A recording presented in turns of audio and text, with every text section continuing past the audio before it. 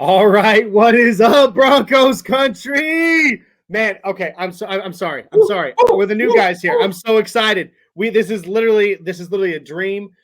We've been talking about doing this for a very, very long time, and finally here it is.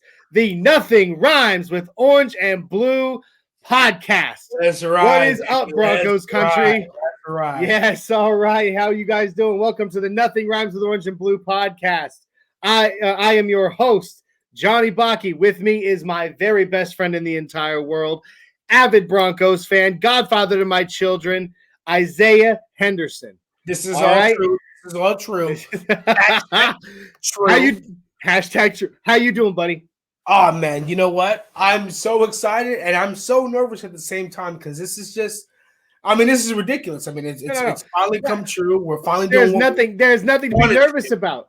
There's nothing to be nervous about. It's me and you talking Broncos. It's me and you talking about the Broncos. It's what we do all the time, constantly, but it's exciting, yes. Yeah, it really is. It's exciting to be doing it in this venue. All right, guys. So before we actually go any further, if you like what you see, if you like what you hear today, like, subscribe, and share. Please get us out there. Let the world know, hey, there's a new podcast out there. These guys love the Denver Broncos. They eat, breathe, they eat and breathe and sleep orange and blue, okay? And bleed orange and blue. All right. You can follow us on Twitter at Nothing Rhymes. You can follow us on Facebook at Nothing Rhymes DB4L. Denver Broncos for life. Yeah. You can find us on YouTube as well. The link is in the Twitter bio. I'm still working out some kinks on that. All right. You can find me personally on Twitter at Broncos Viking. Viking. It's the beard. It's the beard. It's definitely the beard. The rings, you can't deny it, all right? It's definitely the beard. It's the beard. And you can find my buddy over here at Word Over World on Twitter. All right? All right, Isaiah. In case you guys were wondering, the orange and the water, there's a backstory to this. So before we started, I had lemon water. Johnny got upset because the fruit wasn't orange, so I went downstairs. I did not. I pointed out that I had orange on my bottle, and you disappeared because I fixed your water. Because it wasn't orange. So I went downstairs. They got hashtag orange water. It's all right. There's no difference, but it's Broncos country orange. So we're all different. There's a big difference between lemons and oranges. Just saying. They're both the same, but one's orange. So first of all right, guys. Hey, welcome. Man, we are so excited to be doing this. We are so excited to be getting out there and being able to hopefully connect with like-minded Broncos fans, people all over the world who love orange and blue as much as we do. All right. So let's go into a little bit about us. All right. Here we are talking. You don't know anything about us. All right. So about the hosts. So Isaiah, do you want to go first or do you want me to? Yeah, I'll go first. I won't do a lot of our history intersects, but I'll go first. So first and foremost, I'm Isaiah Henderson. Glad to be here. I live in Tennessee, not in Colorado, but I love the Broncos. So that's number one. Married to a beautiful woman, beautiful wife. Johnny performed the wedding. So, like I said, a lot of my life and our lives intersect. When we say hashtag BFFs, we are hashtag BFFs. Yes, absolutely. Not a doubt. So I'm originally from Los Angeles, California. I was born and raised, joined the military at 18. And then I was a big Peyton Manning fan, Colts fan growing up. And then once Peyton Manning left the Colts and went to the Broncos in 2011, 2012, that's when I officially switched to the Broncos. And I have stayed a Broncos fan, a diehard Broncos fan. That's how I met Johnny in the military. Johnny was my medic. Like I said, a lot of our life definitely intersects. I'm the godfather of his children. He'll be the godfather of my children when me and my wife have children. He was my medic. We're definitely a Broncos fan. He performed our wedding. So it's just we're stuck together like glue, and there's nothing anybody can do to get rid of us or to separate us. And so, that's my backstory. Ebony and Ivory. We almost started a separate podcast. That's right. Ebony and Ivory years ago. We almost started it. But I don't think that was in God's plan, so we didn't do that. I'm kind of glad we did because we had no idea what we were going to talk about. We would have been canceled so long ago. We almost started Ebony and Ivory. We still may. Let us know in the comments. Likes, tag us if you want us to do Ebony and Ivory because you're going to absolutely love us and we're absolutely going to love you guys. But that's my backstory from Los Angeles, joined the military, met Johnny. He was the guy on post that had the big Broncos flag on his windows, on his truck. So you knew what the deal was. We connected, and we've been best friends ever since. And heads up, in 2000, I believe it was 18, we went to the NFL draft in Nashville, in Tennessee. No, 19. It was we went to the NFL draft in 2019 together. Johnny got me this draft hat, and Johnny got me this. In case you guys are wondering, is that Devin Booker jersey? No, this is not. This is a personal jersey with my last name on the back. 23 is my number. Johnny and his family and my family got it for me for Christmas when you're customized with my last name. Like I said, our lives intersect like glue. You know, when you see the quarterbacks on the field do this, they're talking about me and Johnny. All right, so I'll give you a little bit of backstory on me, guys. So I'm originally from the Denver area. I'm from the town of Longmont, Colorado. I was born, and I mean born, as a Broncos fan, okay? I came home in a Broncos onesie. One of my earliest memories is watching the Broncos versus the 49ers Super Bowl with my grandfather. I may have just dated myself a little bit, just show my age just a little bit there. But yeah, I was born and raised during the John Elway era. He was my hero, and I literally have the poster that I had above my bed as a child up on my wall here right now in my man cave where I'm shooting from. Born and raised a Broncos fan. My grandfather, Papa Weaver, he was my Broncos guru.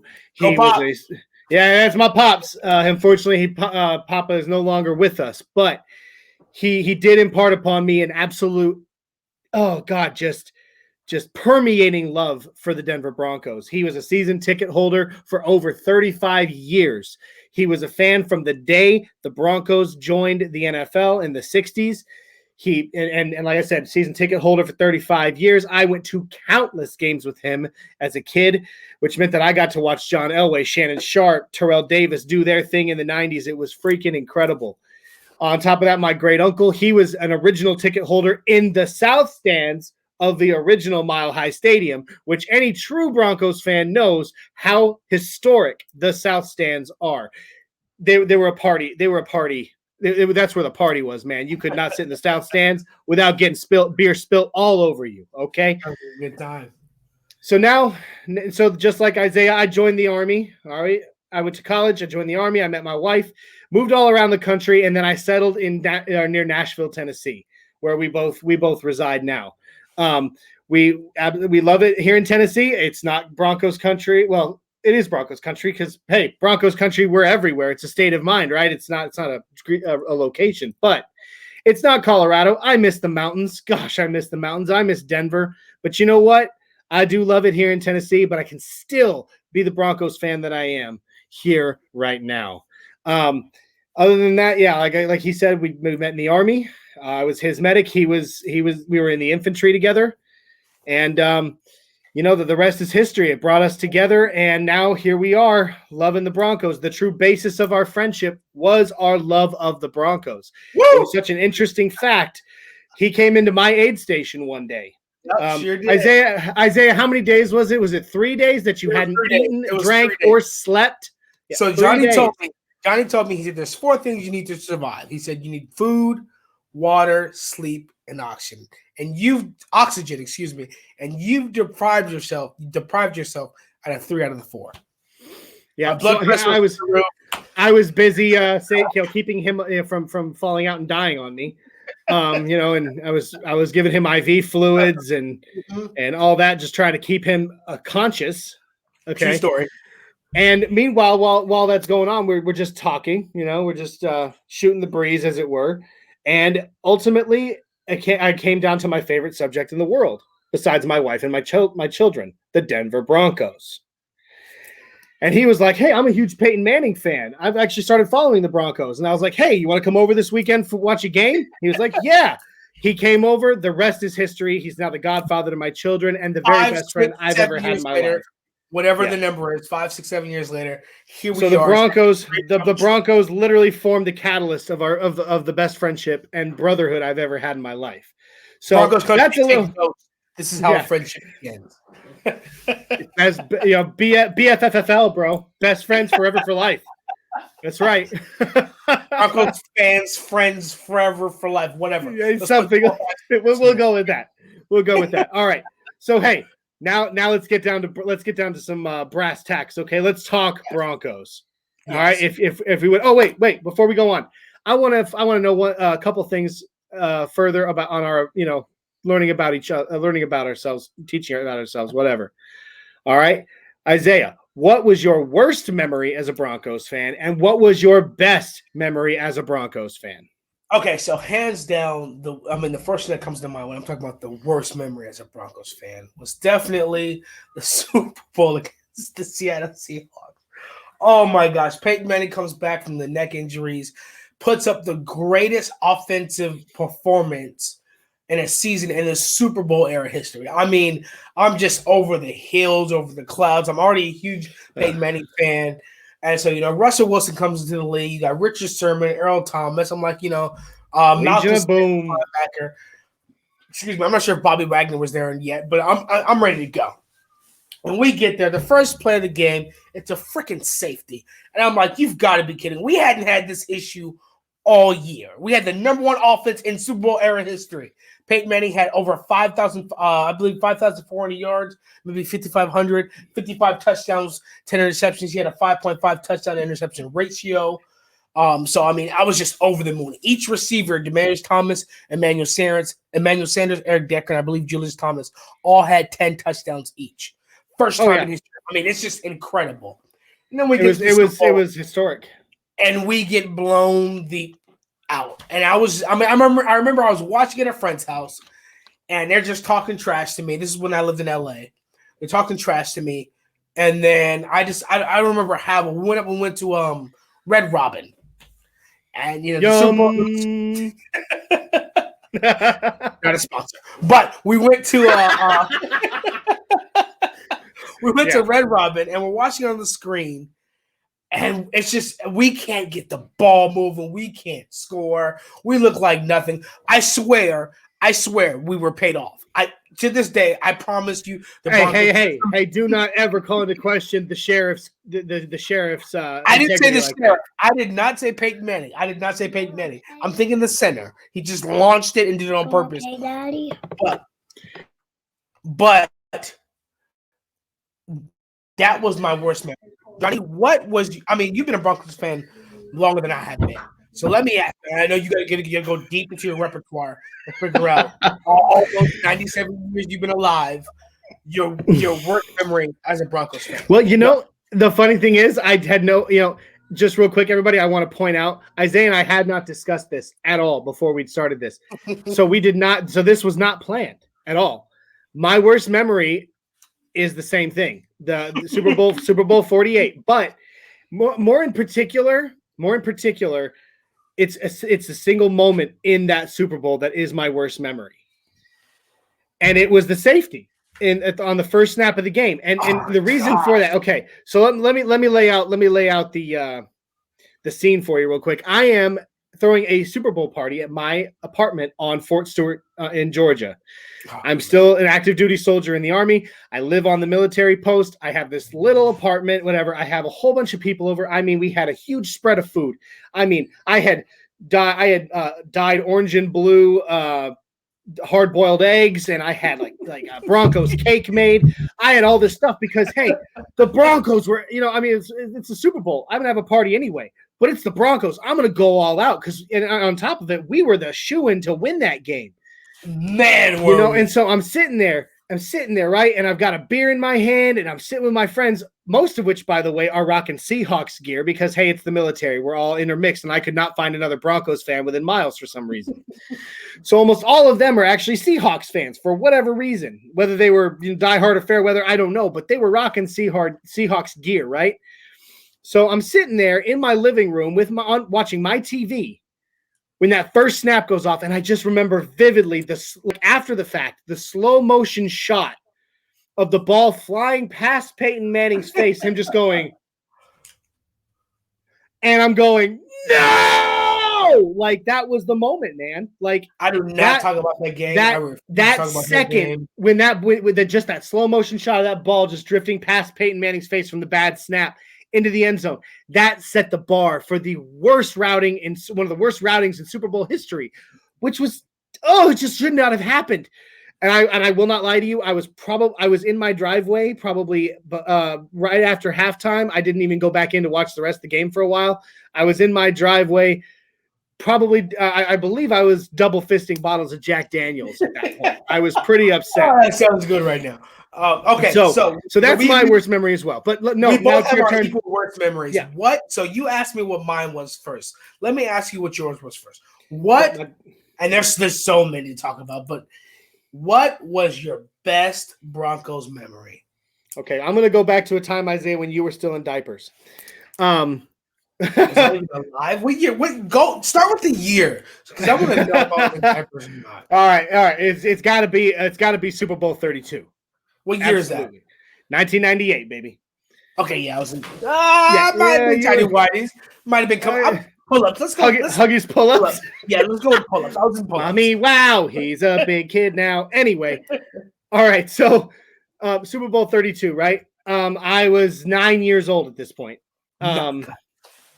I was 9 years old, and I was already an avid Broncos fan. I mean, like legit. For that Super Bowl, I remember, same thing. I was with my family, of course. I was 9.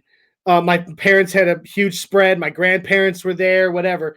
I had even taken my John Elway Halloween costume. I had a helmet. I had a jersey. I had shoulder pads. I had it all, and I had created a John Elway dummy out of the vacuum cleaner off on the side of the living room. I mean, like I put a balloon in the helmet and put paint and drew a face on it. I mean, legit, we had a John Elway dummy made out of the vacuum cleaner in the living room for that game. That's pretty awesome. Now, to watch John Elway and the rest of that Broncos, that 97, 98 Broncos team take it to the house against Brett Favre and the Packers was incredible. Man, that memory. We rewatched that. We did. You watched it with me. It was really good. But my single greatest memory during that Super Bowl is the infamous John Elway helicopter dive.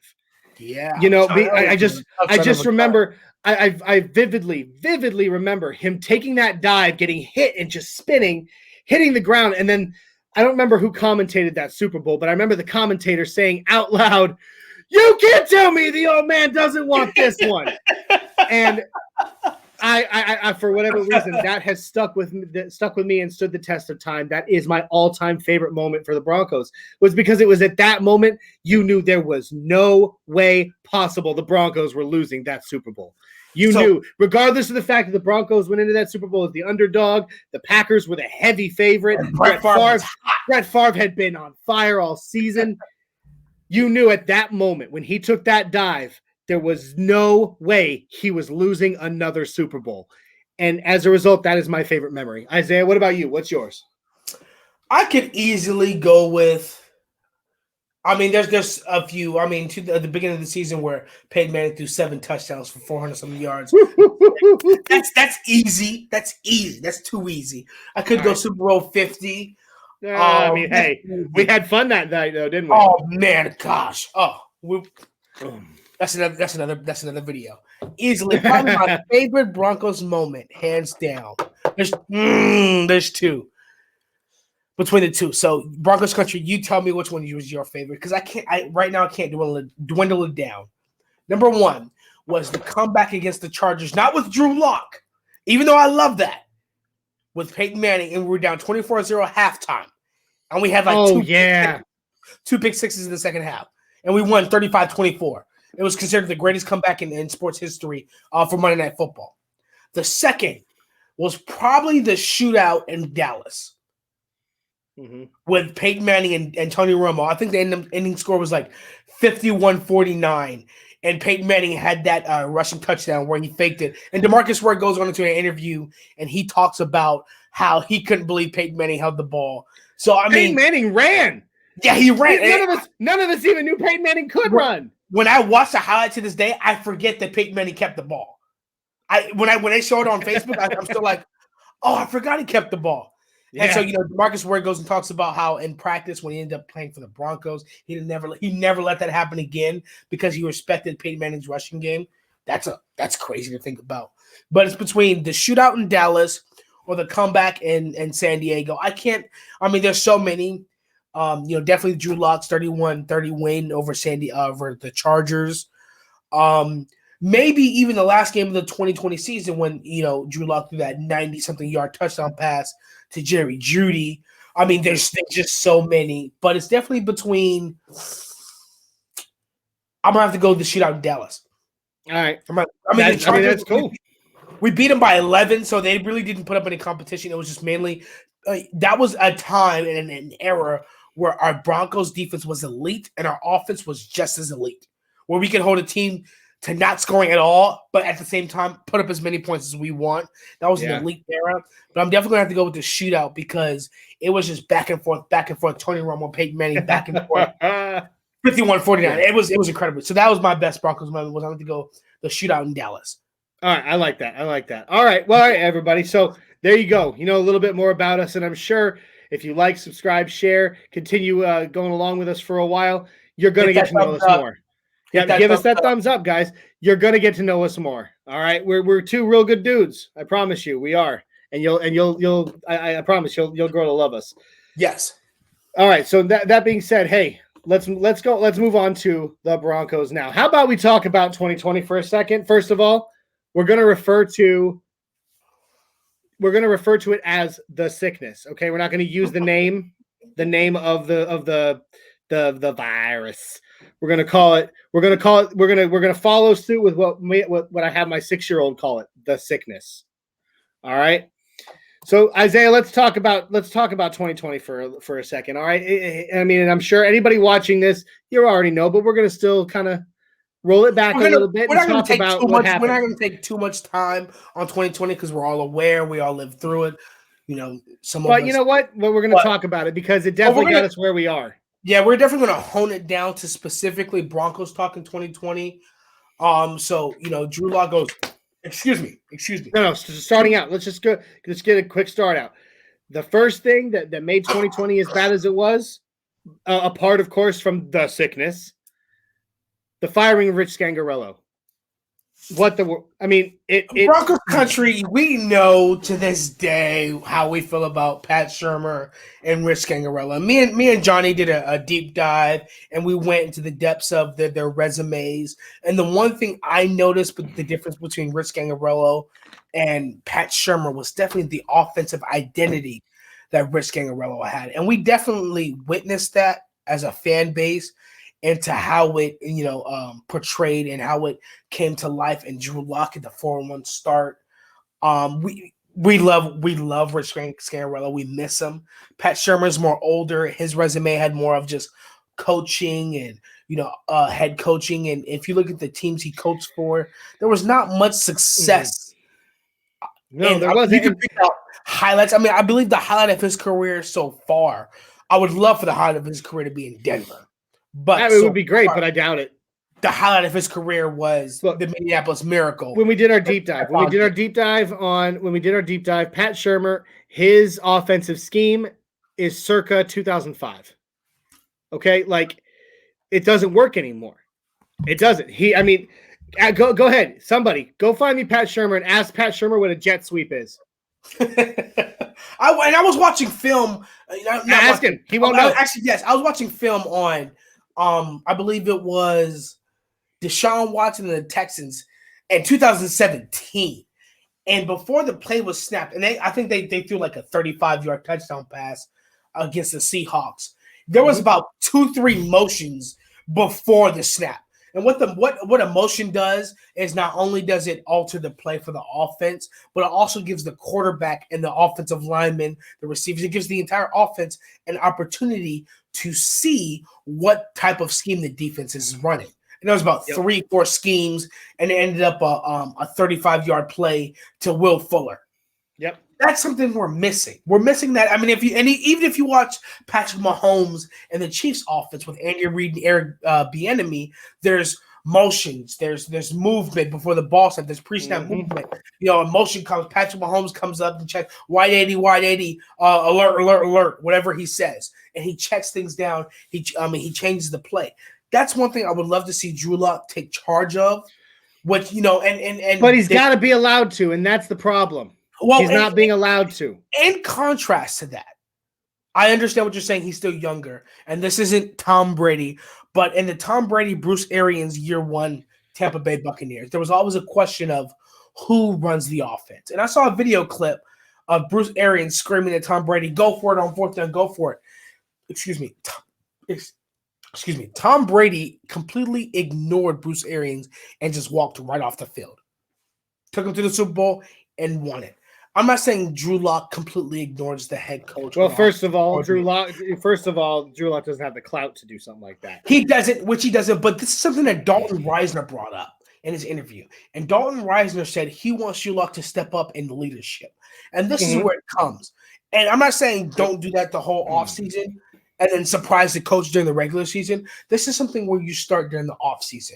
You start motioning players, changing plays. You start seeing things. And, hey, I saw this. So when the coach goes, "Hey, why'd you do this?" You go, "Hey, coach, I saw that cornerback drop back in the cover 2, and I saw this weak side cornerback drop back in the man. So I realized that I had the safety move over to the cover 2 side, and I saw the one-on-one coverage with Tim Patrick on the man side. So I checked into him running a 9, a deep route. So I threw it to him. Therefore, we got the first down." Coach, okay, and he backs off. Start playing with it, seeing what you can get away with, seeing what you can't, see what works, and seeing Isaiah what doesn't. We had a dead moment there. Proved. Yeah, I agree. Okay, so the firing of Scangarello started off 2020 for the Broncos badly. Obviously, the lack of an offseason. You know what? I don't care what anybody says. You can say we're making excuses all you want, but we're not. The fact of the matter remains: the Broncos were hit. It was the perfect storm of Murphy. It was like the Murphy's Law meets perfect storm. Yes, you know what I mean. Like Black Hawk Down. Everything. Exactly. Everything that could go wrong went wrong, and went wrong as bad as it could go, and even worse. And when we thought, that's what it comes down to. The Broncos had no offseason. Oh my gosh! We have a young quarterback. And there was a number spit out there between the reps that you miss between not only your rookie center, which they say is one of the hardest positions to come in with no offseason as a rookie, your rookie center, your second-year quarterback who only played 5 games the previous season, and your new offensive coordinator. I think it was between 1,400 and 1,600 reps. That's 1,400 and 1,600 reps that you missed out that you didn't get to do. What it comes down to, what it 100% comes down to, is you have a young quarterback who has only started 5 games. You have a ridiculously young team around him, youngest team on average in the NFL. All surrounded by a brand new scheme that they cannot perfect because they cannot practice. Right. And they get on the field and something else happens. And that brings us to August the injury bug. 18th, 2020. The injury bug, man. Right, we're getting ready to start preseason. We're excited. A week before, I think it was maybe a week to a month before, all of a sudden, ding, ding, ding, notifications start popping up. Von Miller might be out for the season. Von Miller has a season-ending injury. Quote, "It was a scary injury. I've never seen anything like that." And Broncos country goes, and our 8-time Pro Bowler, our Super Bowl 50 MVP, the face of the franchise. There was John Elway, there's Peyton Manning, then there's Von Miller. Those are the 3 faces of the Broncos franchise in that order. John Elway, Peyton Manning, Von Miller. Each of them have been Super Bowl MVP. Each of them have a Super Bowl ring, but one goes down for a season-ending injury, and it just breaks the heart. And at that point in time, when your star player goes down, you start to doubt the productivity and the success of the season. But, we still, as Broncos country, we still held on. We're like, you know what? It sucks. Let's see when he can come back. We want you back, Vaughn. Do what you got to do to get back, stay safe. But, we're going to push on. We're going to fight. And we're like, you know what? Broncos country came together as united in orange. Hashtag always and forever. And anybody who says, who's willing to walk away from the Broncos for any reason, you were never a real fan to begin with. I'm just throwing that out there. Agreed. Facts. So, hashtag United Orange, we came together. And then this happened. Cortland Sutton, season-ending injury. And we're like, this cannot be happening. It did. And it happened. And here's the truth. We don't even need to go into the individual injuries from that point on. They just happened. Because Everybody, they fill up two hands. Everybody, hey, are they important to the Broncos? Is it important to their offensive scheme? Is it important to their defensive scheme? Cool, injured. Yep. Do we need them? And that's like end of the season for the season. Yes, and that is truly the worst part of what happened. That's 2020, man. Yeah, I mean, 100%. Let's not talk about what happened in our personal lives. We're just sticking solely to Broncos country. We don't even go to our personal lives because we could be here all day, and I'm pretty sure you guys can too. But 2020 happened. It's over now. Let's move on to 2021. So I agree. The new season. This is going to be the year of the Bronco. If this is a Chinese New Year in the Chinese calendar, it'll be the year of the Bronco. I'm pretty sure that's. Talk to me about it then. Talk to me about it. Why? Why is this the year of the Bronco? So let's talk about real quick. We're going to go over real quick, not spend too much time on it, but the holes that we need to fill. I'm on the Drew Lock train. I got this. Cornerback, inside linebacker, right tackle. I don't know. Those are the big three, I'd say. That's the big three. You can throw safety in there depending on what we do with Kareem Jackson. If we re-sign Will Parks, you can definitely throw that in there. Maybe defensive line because we got rid of Gerald Casey. I know we can also look at, hey, Johnny, while we're sitting here waiting, go ahead and pull up the defensive end on Spot Track. Go pull up the free agents. Because we have, go pull that up on a separate tab so we can pull that up. Wait, who did you want? Cornerback? What? No, defensive end. Because I know Jadeveon Clowney is the free agent. I just want to see his cap space. He has fallen off, but I definitely want to see his cap space. And I want to see the other defensive ends we can pick up.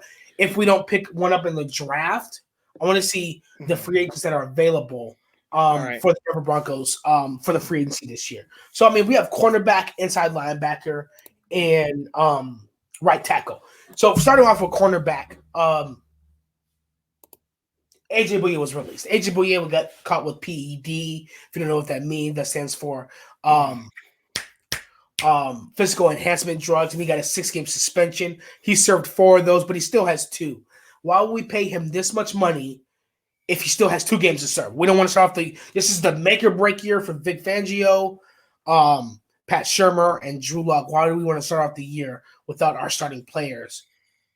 So we cut him. I hit this mic out of the way because if I hit it one more time, it's going to break.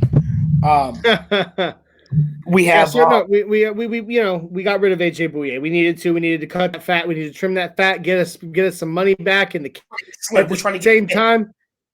We got to cut the fat. Yeah, and at the same time, let's just be honest. The money we paid him, that we brought him in on, that we paid him, he didn't produce. No, he had, I believe he had a shoulder injury. Kareem Jackson gave him a concussion. He didn't have too many interceptions, too many pass deflections. So it wasn't like, oh my gosh, this dude, he wasn't a keep till he ranked 21. So it wasn't like, man, we need to keep this dude no matter what. We'll be okay when he comes back. Bryce Callahan showed up, injury prone. Michael Ojemudia definitely showed some promise. And right now, absolutely.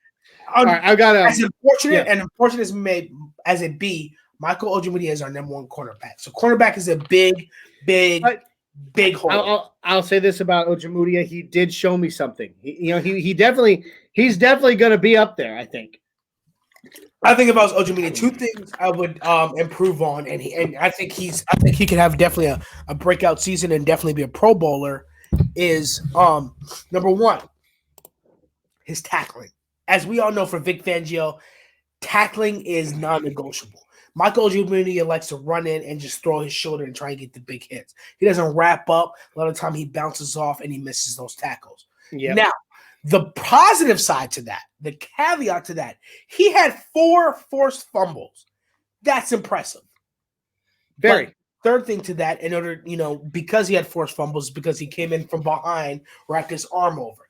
Now, in order to to minimize that, his pass coverage. He likes to trail behind a lot of receivers. He trails behind them. They catch the ball. Let's just be honest. The coverage is a lot of his coverages are just blown. Yeah, they're blown. And he comes behind. No coverage. He comes behind and then slaps the ball out. Mm-hmm. Now, we got 4 forced fumbles, but how many blown coverages did we get? I mean, we saw what Julio Jones did to him in the Atlanta game. with the post. Oh God, he tore him up. Broke him off nasty. But Michael Ojemudia is a rookie. He was a rookie. Julio Jones is a potential, possible, I think, in my opinion, a future Hall of Famer. So I mean, he needs to work on his coverage and he needs to work on his tackling. All right, so hey, I've got the spot track up for free agents in defensive end. All right, so I'm bringing this up. Okay, switch to let's go to defensive end because we did get rid of Jarrell Casey, and so for cornerback, we kind of have an idea of we want to draft Caleb Farley number 9. Yeah. Okay, so number 1 we got J.J. Watt. Now he's already gone. He's going to Arizona. There's not bad. I mean, a lot of money. He took a lot of money. He's going to Arizona. Stephen Weatherly, Carolina. I don't know much about him. I'd have to do some more research. Johnny, are you familiar with? Yeah, he's pretty good. I personally think that about 2 seasons ago he had a much I don't know. He showed out more a couple of seasons ago, and and now he's a bit more. He's definitely started. He declined at least last season for sure. He showed some decline. Well, he's taking in $2.5 million. That's yeah. He's 27. He's young, and then J.J. Watt is 32. J.J. Watt is still relatively. I mean, he's had some injuries, some back injuries. The injuries have kept him sidelined. Right. J.J. Watt is still pretty young. 27. I mean, for the defensive end, this is pretty good. Next, we have Leonard Williams. I'm not 100% sure about Leonard Williams. I'm wondering why there's no money put up there. There's no market value. I mean, right now they're just it's as more and more of them start getting signed, you will start seeing more pop into market value. Is what I know. Free agency starts March 17th. So then after that, that's when you got the name. And it's funny that Jadeveon Clowney is not even up there as the top 3. He's number 4. Yeah, I was wondering about that because I was like, dude, because coming out of college with that South Carolina hit and coming in, he was talked about. He was it. He was the next. And I'll be honest with you. If the Broncos could, Mean Joe Green, he was supposed to be the next baby. one. I don't know. I'll be honest with you. If the Broncos could swoop up Jadeveon Clowney, man, I'd be excited. But what are you thinking? 1-2 year? Maybe a 2-year deal with incentives, probably. Okay, so the question would be: is Jarrell Casey was similar in the sense of he was a little bit old. I believe Jarrell Casey is much older than Leonard Williams, isn't he? Scroll down. Jarrell Casey should be on that list for defensive end. Jarrell Casey's. I don't remember how old Jarrell Casey is. Give me 1 second. I will find out for you, though. He should be a few years older, 5-time Pro Bowler. I believe. Jarrell Casey, 31. That's what I thought. Okay, so he was at 28. Jarrell Casey's 3 years older than Jadeveon Clowney. I think you put Jadeveon Clowney in Vic Fangio's scheme. You re-sign Shelby Harris. You have Bradley Chubb and Von Miller. That's deadly. That's dangerous. I mean, the question is, Jadeveon Clowney's been with over the last 2-3 years, he's been with 2-3 teams. So his value is declining. With the Titans.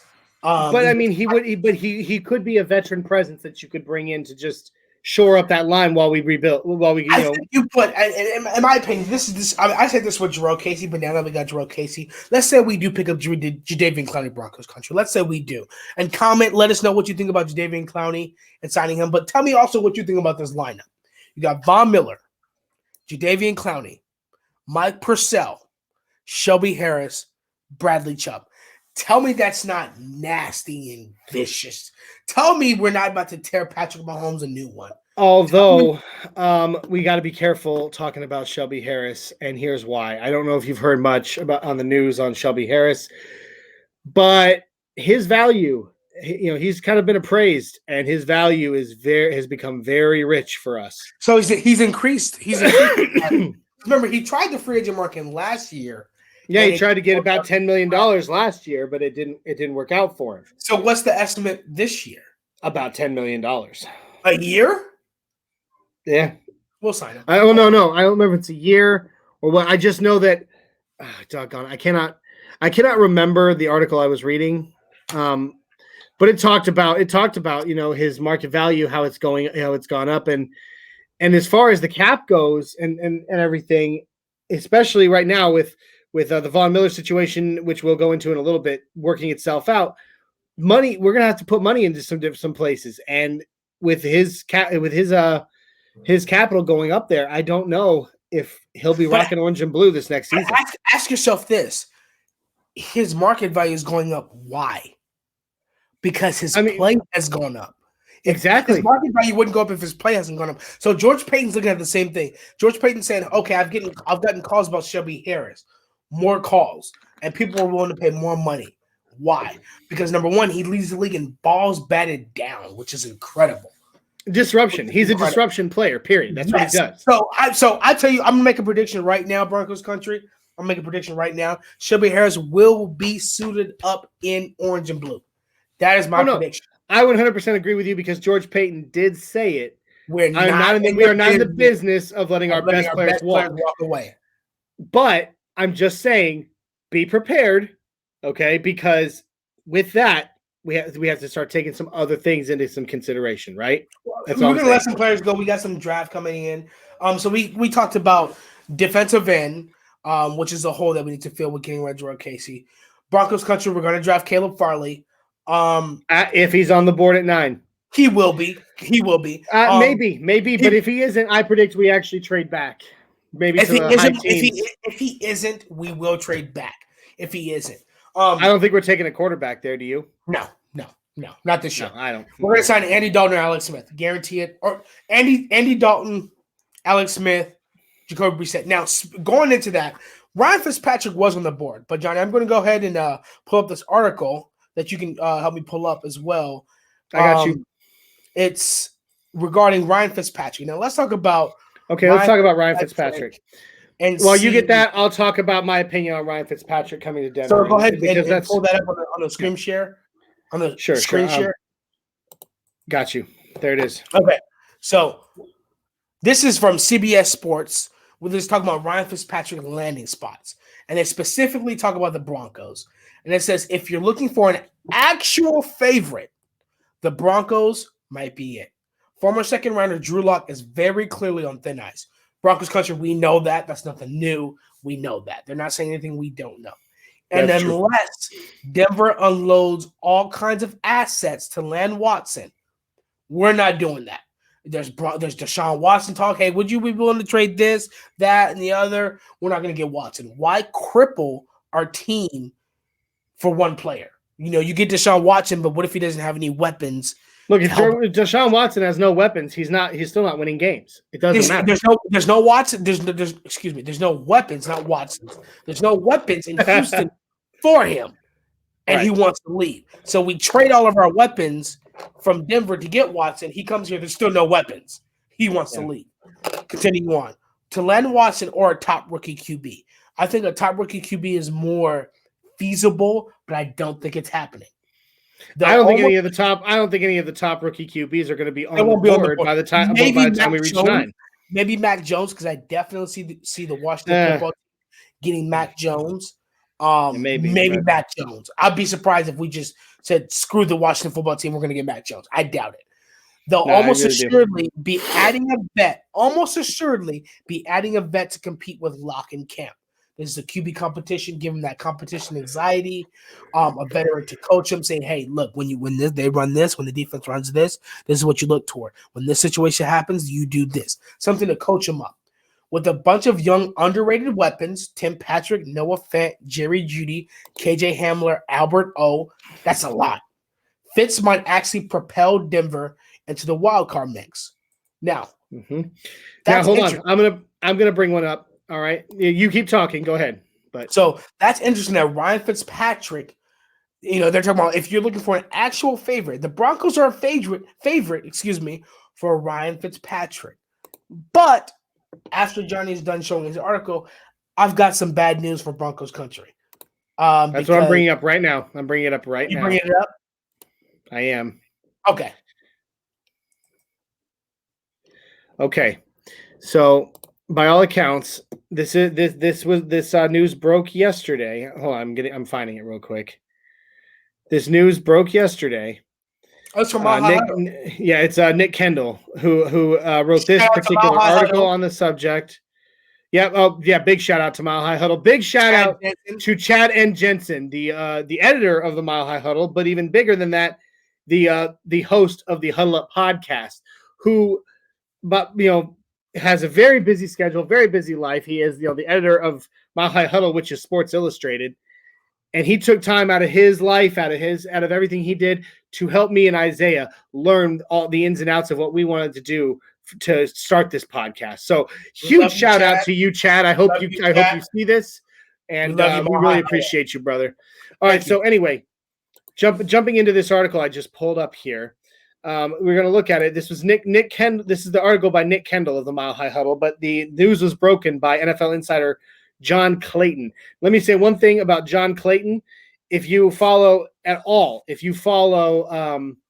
sports writers, sports insiders, John Clayton is one of the most respected in the NFL, if not in all of American sports.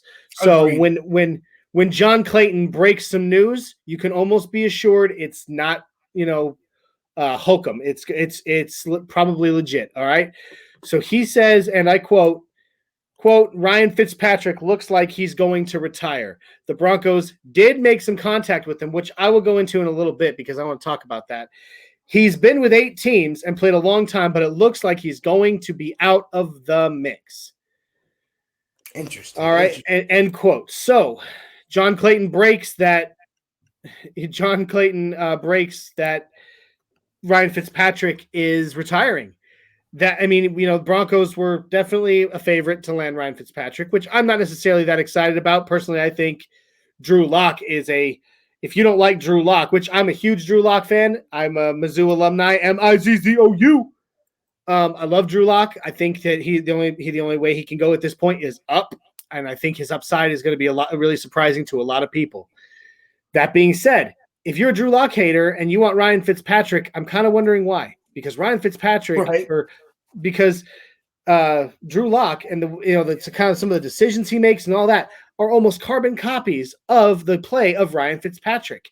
And here's the difference is that Ryan Fitzpatrick, he's hit his ceiling. He's been at his ceiling for a long time. Drew Lock, I think we've only seen his floor at this point. I do not think we have seen anywhere near the ceiling. I don't think he's even scratched it yet. I agree. That being said, I love Drew Lock. Okay. But now here we are. Broncos were a heavy favorite to land Ryan Fitzpatrick, and he's out. If this actually does happen, does come to fruition, he's out. What does that do, Isaiah? What do you think that does as far as bringing in a veteran free agent quarterback now to challenge Lock? In regards to Ryan Fitzpatrick, a couple points before I go into where we go from here. Number one, Ryan Fitzpatrick is a gunslinger. And that's similar to Drew Lock. So is Drew Lock. Similar. So I don't want to bring in a veteran who has the same mentality as Drew. I want to build Drew's repertoire and build his cachet. Now, from that, I love you. Yes, you're speaking my language.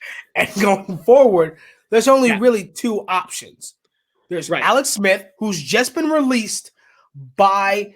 I'm gonna share this real quick, Johnny. If you can pull this up.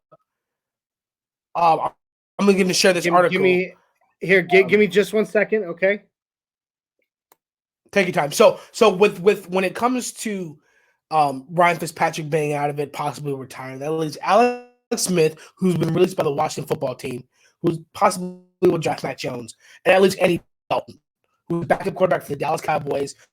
Dallas situation is iffy, and Dallas situation is iffy, and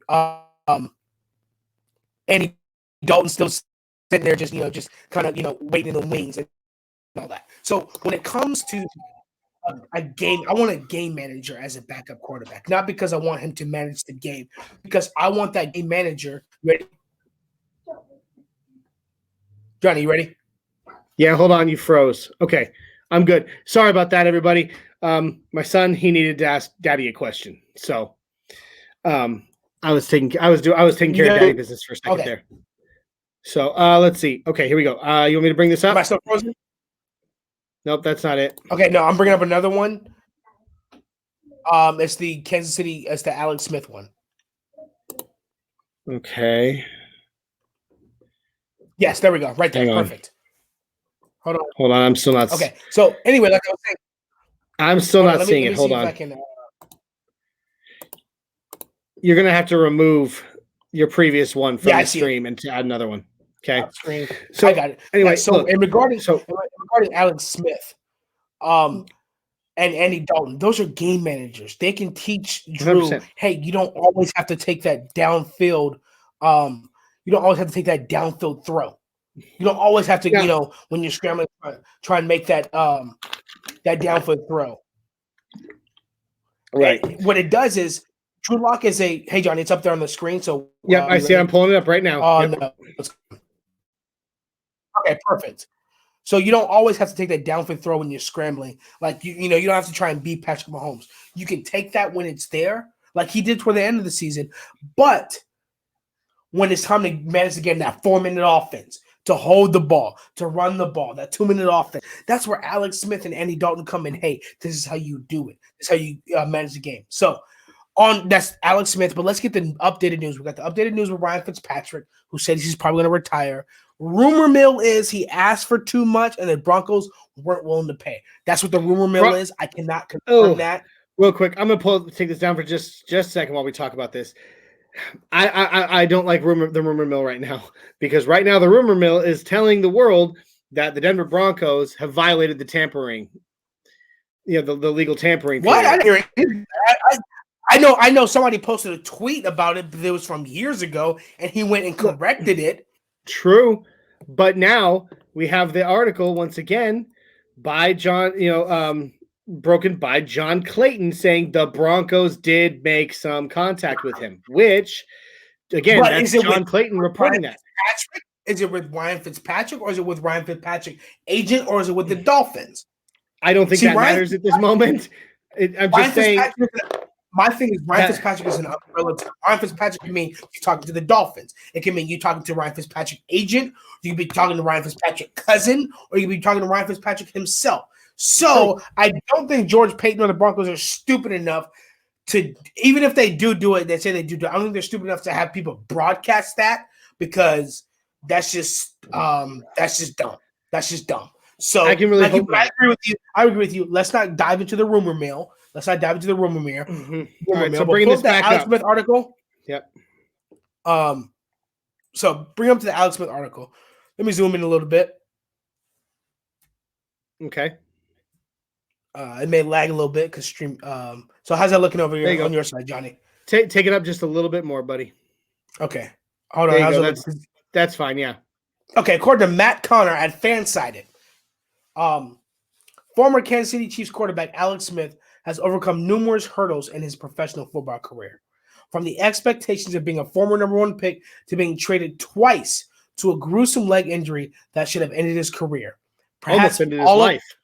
Yes, almost ended his life. Perhaps all of that places his latest obstacle, hoping for another chance to start in the NFL as a free agent in proper perspective. Now, notice the key term here, chance to start. Yeah, that's a little iffy. And I was watching sports and they said that people are looking to hire Alex Smith more as a backup. And if he wants to play, he's got to, either he's going to retire like Ryan Fitzpatrick did, or he's going to play as a backup. Yeah. Earlier this week. Go ahead. Think about it this way, right? Right there, you said it, chance to start. So the difference there being someone like Ryan Fitzpatrick, one thing about Ryan Fitzpatrick that he's always been looking to start. He wants to start. He always wants to start. And when he does, he usually takes the job of the younger guys. Yes. And that's not Alex Smith. Alex Smith, if he knows that the majority of the NFL is looking for him to be a backup, but he wants a chance to start, he's going to start looking at places like Denver, where he knows it's going to be a competition between him and the incumbent to be the starter. And Alex which Smith, I think bodes well for the Broncos. He's mentored 3 quarterbacks. 2 out of those 3 have been to a Super Bowl. One is and have been incredible. Yes, he mentored Patrick Mahomes. However you feel about him, he mentioned Colin Kaepernick and he mentioned Dwayne Haskins. Now, 2 out of those 3 have been to a Super Bowl. Colin Kaepernick and Patrick Mahomes. Dwayne Haskins has to mature up, but he's mentored them. But moving on, before we move on from this article, it says earlier this week the Washington football team decided to part ways with Smith after meeting with the veteran quarterback and discussing their plans going forward. After the meeting, head coach Ron Rivera released a statement to the media. We have released quarterback Alex Smith. I'm gonna read this and we're gonna be done. I had a chance to meet with Alex Smith this week, and we had a very honest and real discussion. We had the chance to reflect on the 2020 season and talk about moving forward into next year. After the conclusion of that meeting, we decided that it would be best for both parties to move on, and we'll be granting Alex his request to be released. His request. I want to thank Alex for his contributions this past year. He made such an impact on our young roster, and his leadership was one of the key factors in our late season success and in making the playoffs for the first time since 2015, which was RG3.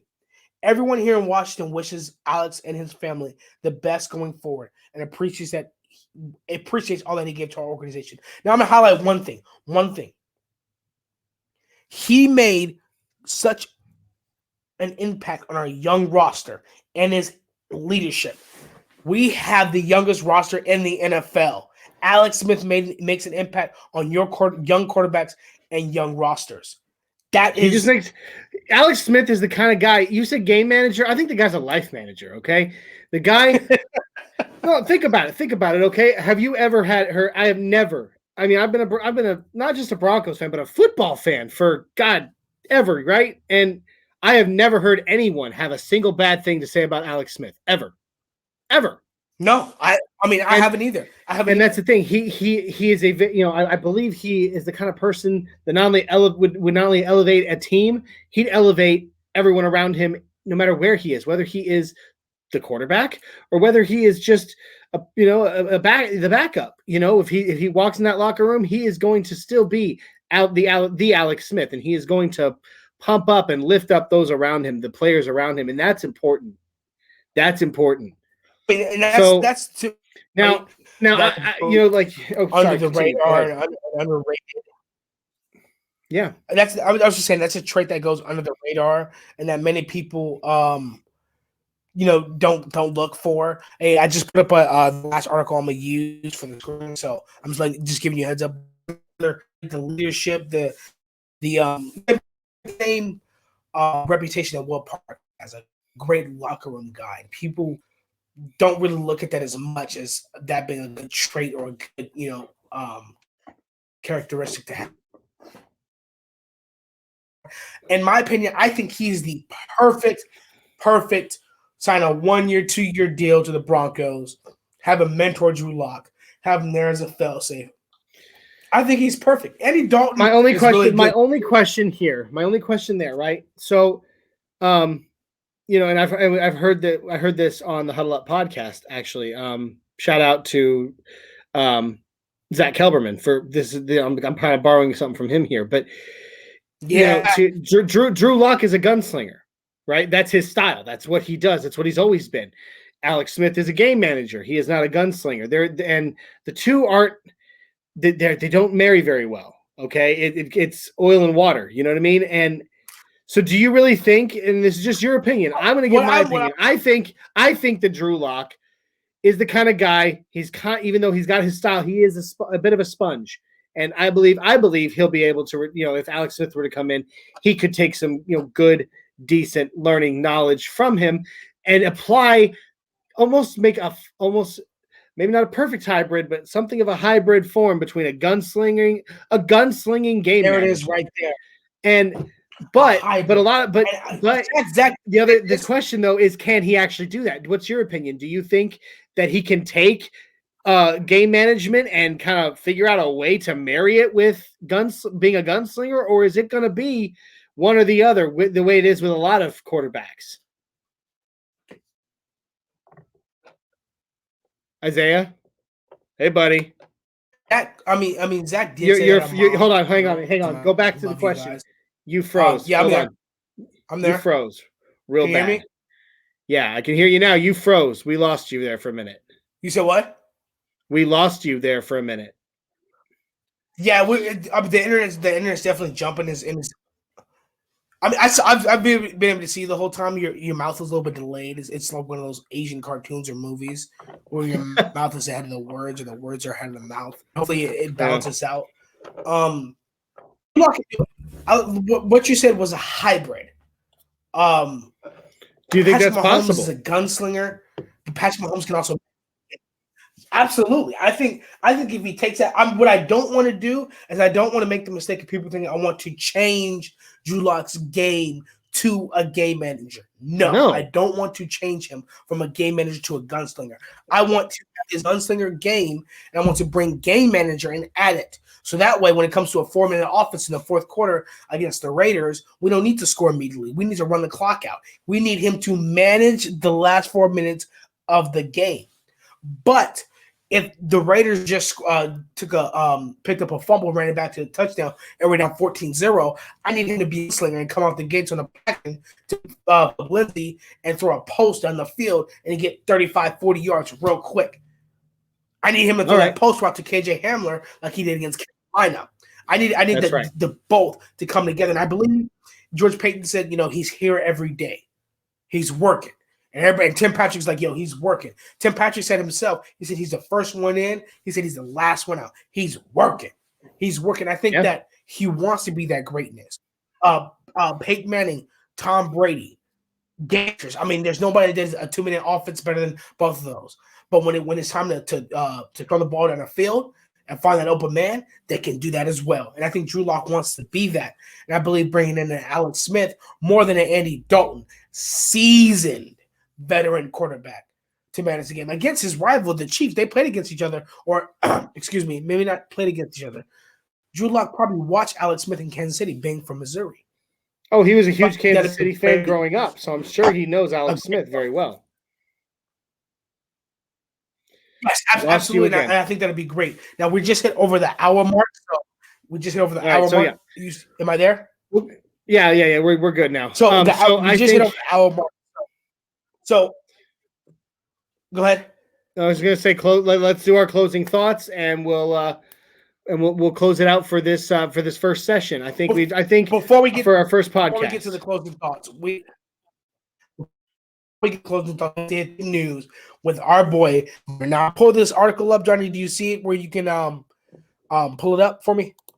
There it is. It's there we go. So this Von Miller, if you are not aware, which Broncos country is aware, most are, the mysterious. Hold on, let me zoom it in.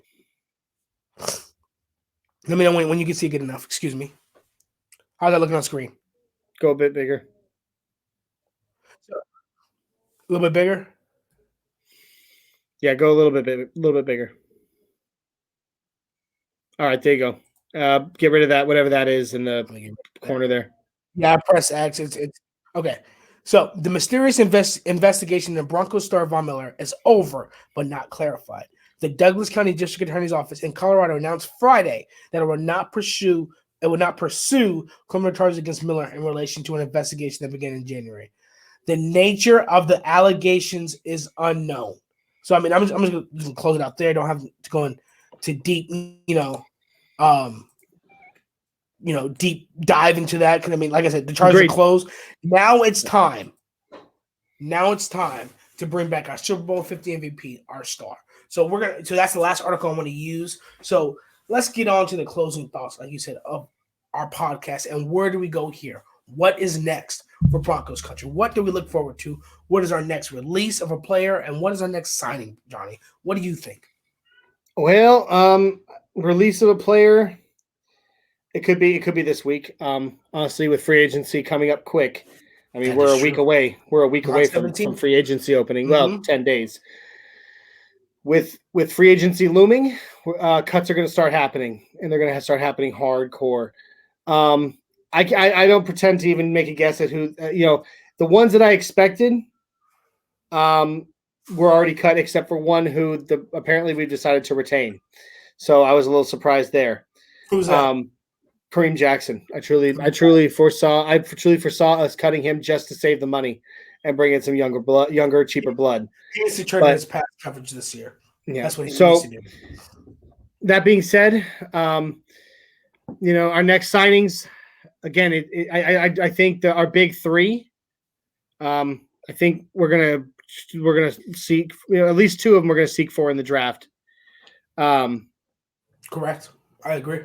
I think at least cornerback and right tackle, maybe. I don't. Hi, my dog. Hi, buddy. Yeah, Kylo. Yeah, it's Kylo. I'm also a big Star Wars fan, so this is Kylo Ren. Okay. Hi, buddy.